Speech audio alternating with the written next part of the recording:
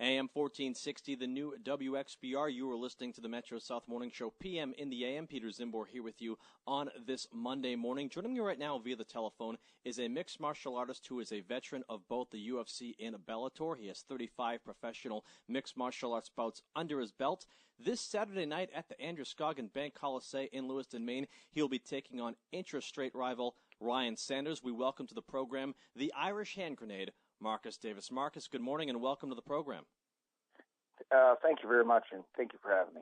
Marcus, this fight this Saturday with Ryan Sanders being billed as the biggest fight in Maine history. And for those folks here in the Boston area that want to make the trek north this weekend to see you fight, this legitimately is a grudge match between you and Ryan Sanders. There is no love lost between you two. You don't like each other.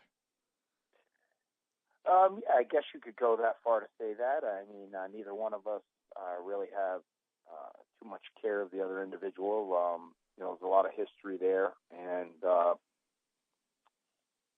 this Saturday we're gonna get in there and we're gonna do it the way men used to do it, and we're gonna get in there and we're gonna beat each other up, and may the best man win.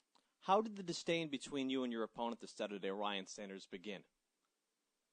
Well, back in I guess around 2006 or 2007, he joined my gym, and when you join a gym, there's some rules that a good gym owner, anyways, is going to lay some rules on what has to be done. And first off, there's a bunch at my gym, like you can't be a felon, you can't have any domestic violence, some specific things that are to keep troublemakers out. And then some things just having to do with having common sense. One of them is you can't train at rival gyms, in that if you're training at a gym that's in competition, direct competition with us, we tell people, listen, they're going to get a beat on you. They're going to study what you're doing. They're going to share that information. The word's going to get around what you do best, and we don't want to do that. And then the other thing is that you'd never take a fight. You never take a fight without letting your trainer and your team know. Like, you don't just disappear and go take fights. You don't do that because you're representing a team, and we want to help you get ready. I mean, I don't know why anybody would do that. Well, Ryan actually did that 3 times while he was under our banner, and normally 3 strikes are out. And what ended up happening then is he trained someplace else and then lied about it. And then when I had proof that he had pictures of it and everything on Facebook, I confronted him about it, and his reply was, "Yeah, so what? I did." And then I just basically said, "Yeah, well, so what? You're out. You're off the team." And so I kicked him off, and that's where it started. So when he took these 3 fights without the blessing of the gym in which you're a part of and own, and broke one of the rules of the gym, how did he do in these fights? Was he successful? Did you guys still work his corner and support him, or was he shunned and you guys lay back? No, he actually hid the whole thing. He went out there and fought without anybody in his corner. He had like his buddies or whoever, people that didn't even train. He just showed up at these fights and fought, and he lost all 3 of them. Now, every fight that I ever worked his corner or I was there, anytime I was actually involved, he never lost. And that's because he was in the gym. I was watching his training, making sure he was doing what he should have been doing, learning how to train, learning how to fight, sparring, and getting, the kind of camp you're supposed to get, not doing it, half-assed. And, I didn't have any input on those 3 fights that he just took off and fought in, and he lost them. And that's the reason why we do this. That's why we make it a rule that if you're gonna train at the gym and you're gonna represent the gym, we're also gonna be there to help guide you through it, and we're gonna make sure that you get the win. And as a team, we win as a team, we lose as a team. And he wasn't a team player, so it just wasn't a good fit for either of us. I did him a favor by having him get mad at my gym, because we never would have really gotten along. So to sum it up rather succinctly, he took fights without the blessing of his trainers and the other members of his gym. You guys felt that was disrespectful, and you guys have never gotten along since. Concurrently, he also would cross-train at other gyms in which fighters in your gym compete with, and all in all, it just doesn't vibe well with you. Exactly. Now, you mentioned that he would train at other gyms that are in competition with your gym. I assume competition in the sense that your fighters fight their fighters, and also, I suppose, from a business sense, if you guys are in the same geographic location to some degree. Years ago, when mixed martial arts was first gaining prominence on the national scene, cross-training was something that you'd see a lot because there would be one gym that was a good boxing gym, another gym that would specialize in wrestling, in jiu-jitsu, and things of that nature. Is it more or less all under the umbrella and all under the auspice of mixed martial arts gyms now? You get a specialist in every gym where cross-training isn't really so much of the culture as it once was, say, 7, 8 years ago? Yeah, in your bigger areas, in your larger cities, you're going to have like a gym that has everything. You're going to have, like you're saying, a bunch of experts in there, an expert wrestler, an expert Thai fighter, an expert boxer, an expert jiu-jitsu guy, or whatever. And so mixed martial arts now has come so far that there really isn't a whole lot of one strong style anymore. People are actually training specifically mixed martial arts rather than training Muay Thai straight or whatever. Obviously, in Maine, it's a lot harder because there's not a whole lot of people in Maine that have a lot of diversity in martial arts. There's very few people. And, I'm not trying to toot my horn here, but, in Maine, I don't know anybody who has, like myself, I was a professional boxer. I have an advanced Magunku in Muay Thai under Mark Delagrati. I've trained in Brazilian Jiu-Jitsu for years under both George Gugel and now Mike DeLuca. I've taken Jeet Kune Do since 1993. So, I have a huge background in mixed martial arts, and I've done everything. I've competed in everything. So, but there are here in Maine, there's a lot of, once again, one strong style kind of people that are running MMA schools. So a lot of places in Maine still are trying to cross-train at different places. And what they do is they make, friends with one specific school, and they'll say, we'll try not to fight each other, and we'll just train together and do that. So you have that going on. And in the pros, as far as in like the UFC, once in a while people might do that, but it's not very common. The only way I could say is like if you look at George St. Pierre, training in Canada, then for a little while, he was part of Jackson's camp and he was training with Jackson. So he kind of floated around a little bit. When he didn't know much on the ground, he was training with Henzo. And then, those relationships broke off and he did, the other thing. But pretty much, all in all, people pretty much stay to their camp until they decide to leave permanently. Once again, we're chatting with Marcus Davis here on AM 1460, the new WXBR. You mentioned that you began your professional fighting career as a professional boxer. You transitioned to the world of mixed martial arts, and you did so a couple of years before mixed martial arts really exploded on the national scene. You took your professional boxing background, went right into MMA, really without too much knowledge of the ground game and things of that nature, figured it out as you went along. Back then, you could do that. Nowadays, I think it would be crazy to do that. Tell us about your experiences, the learning curve of going from boxing to MMA. Yeah, I was one of those people, more of a one-strong style guy. I had no idea what to do on the ground, and I started doing MMA, and my first 2 fights, I was fighting before they were recording it. So I had fights at heavyweight, so I was fighting at heavyweight at first. And I was just knocking everybody out because there weren't any. I wasn't getting matched up with real ground fighters. I only got matched up with one guy that was an actual wrestler, and he had a little bit of a boxing background, and he didn't know I had such a big one. And the fight started, I came out and I knocked him down in the first punch that was thrown.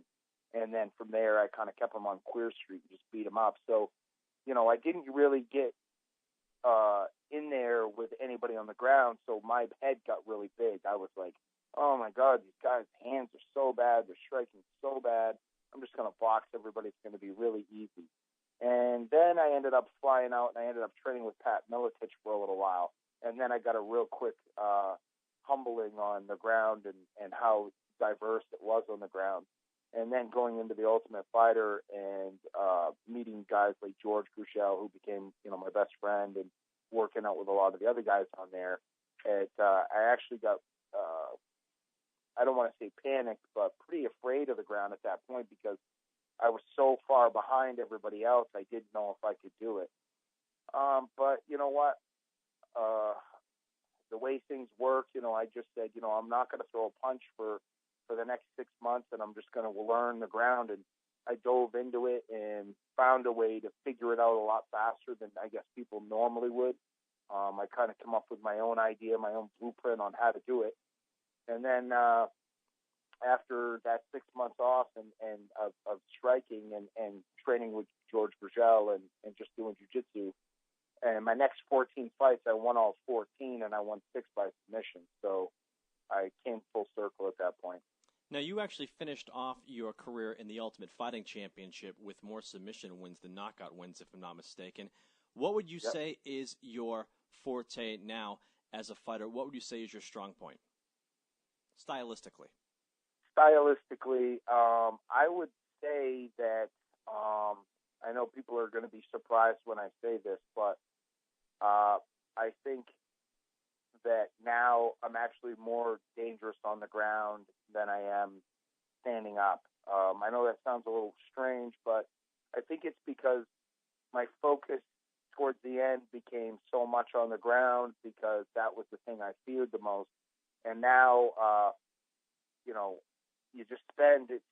Now that I'm older, it's much easier for me to spend a lot of time training on the ground and grappling and doing that stuff. And I've been able to train with really high-level guys on the ground and get in there and not only survive, but submit, black belts a lot.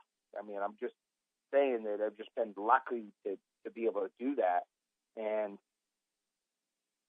the wear and tear of getting hit, I'm 40 years old, so I can't be getting punched in the head every single day like I did when I was a boxer or like I did at the beginning of my MMA career. So I really spend a lot of my time on the ground, so I think I'm a much better on the ground now than I used to be, and obviously. And then I think that I'm more dangerous on the ground than necessarily standing anymore because I just focus so much on it.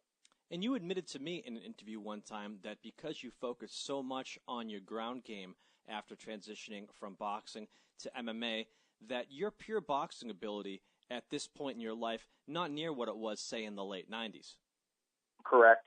Yeah, it's very true. I know that if I was to box myself now, if I went back to the late 90s, and, even though I was fighting at a junior middleweight at 152 pounds, and me right now sitting here at 185 pounds, me at 152 would just destroy me now in a boxing match because that's what I did. I mean, that was what I did. I boxed, and you can get away with things boxing that you can't get away with in MMA.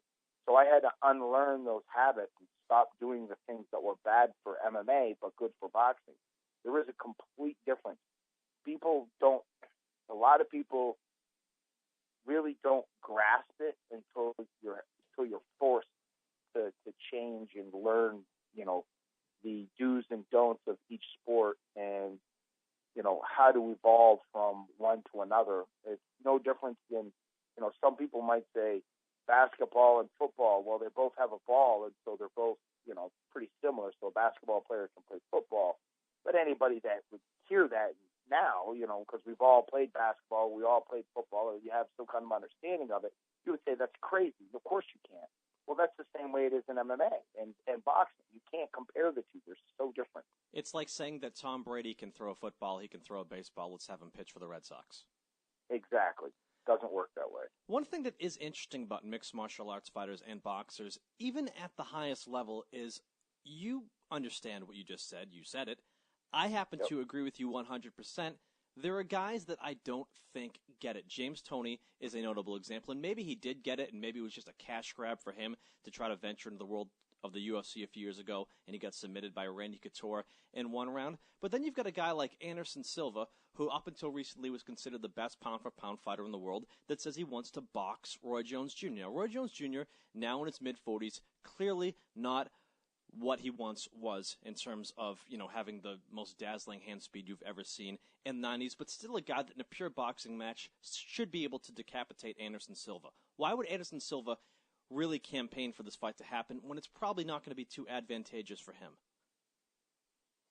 You know what? Once again, this is where people get these delusions of grandeur, and they're just nuts, and it's because they're an MMA fighter, and they think that they're going to go into a boxing gym, and they're doing sparring. So whether they got headgear on or not, but most of the gyms make you wear headgear, so you got your headgear on.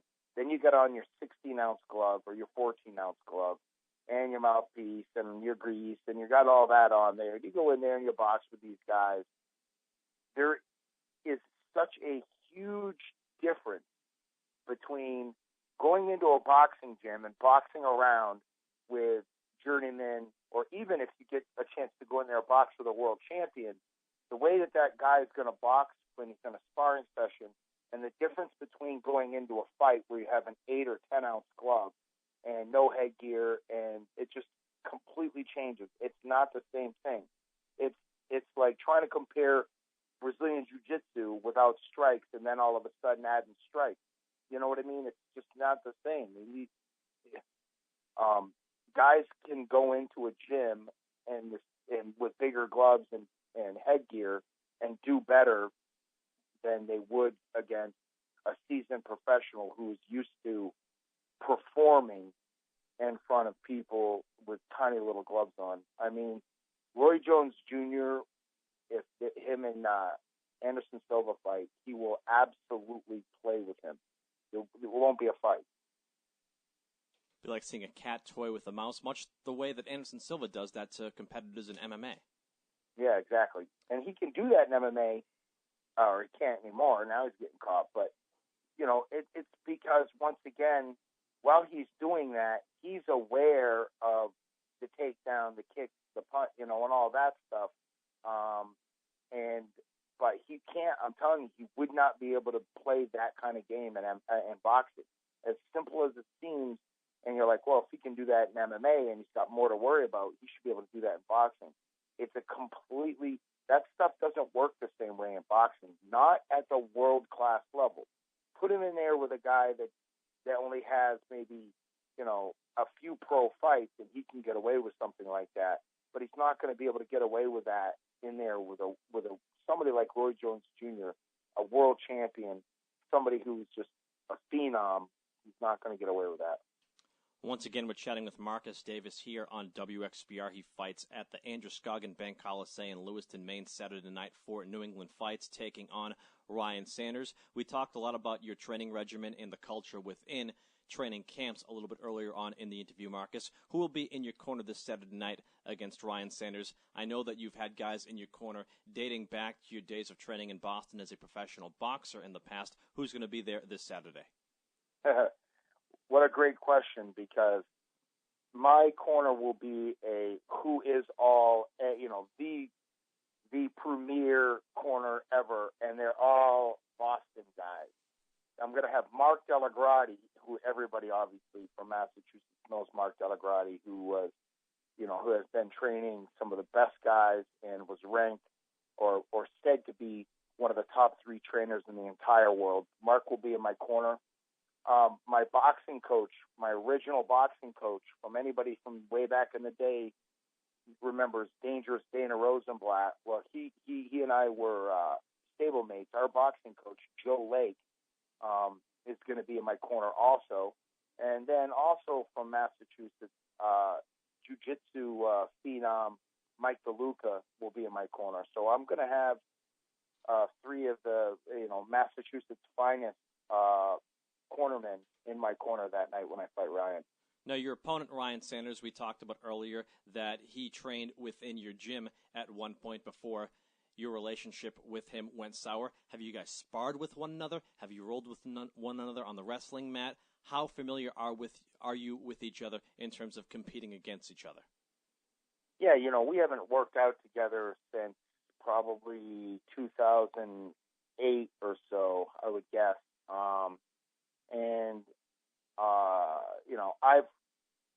Here's the thing. I've rolled with, like, this jiu-jitsu coach and I rolled a few years ago, too, the guy that teaches him jiu-jitsu. And I went through him like a hot knife through butter.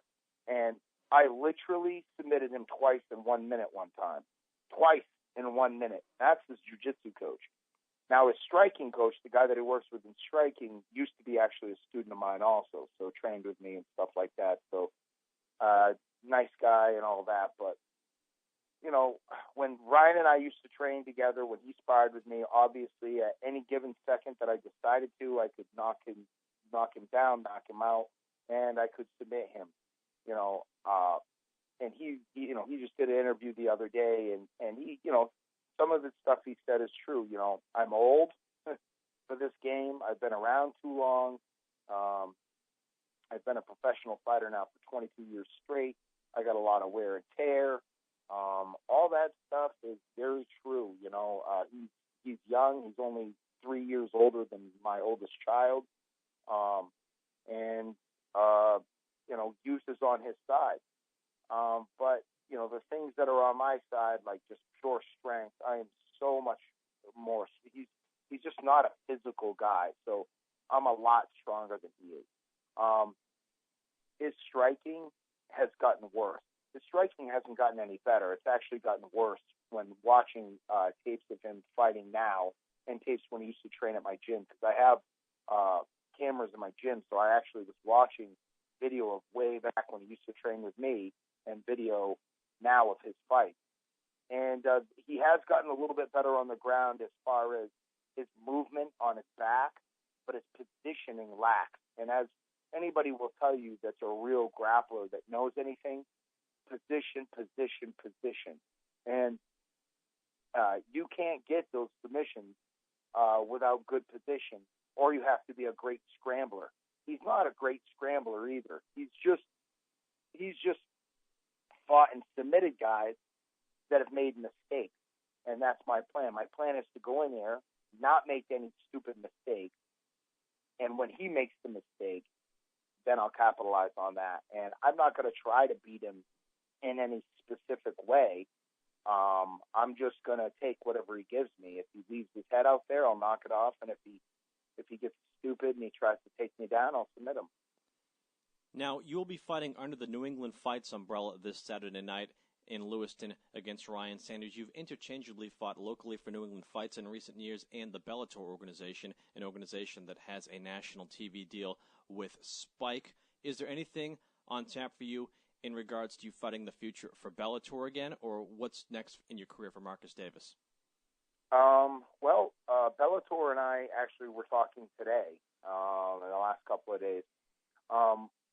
We are trying to put together a retirement fight for me, and I will be retiring. And I told them that if they can't set the fight up before June, I'm just going to retire. But they're trying to put something together for May, and it would, be on Spike TV. And so we're trying to put something together there, and hopefully it does. But in May, hopefully on Spike TV, I will have my last MMA match, and then I will retire from fighting and become a full-time coach.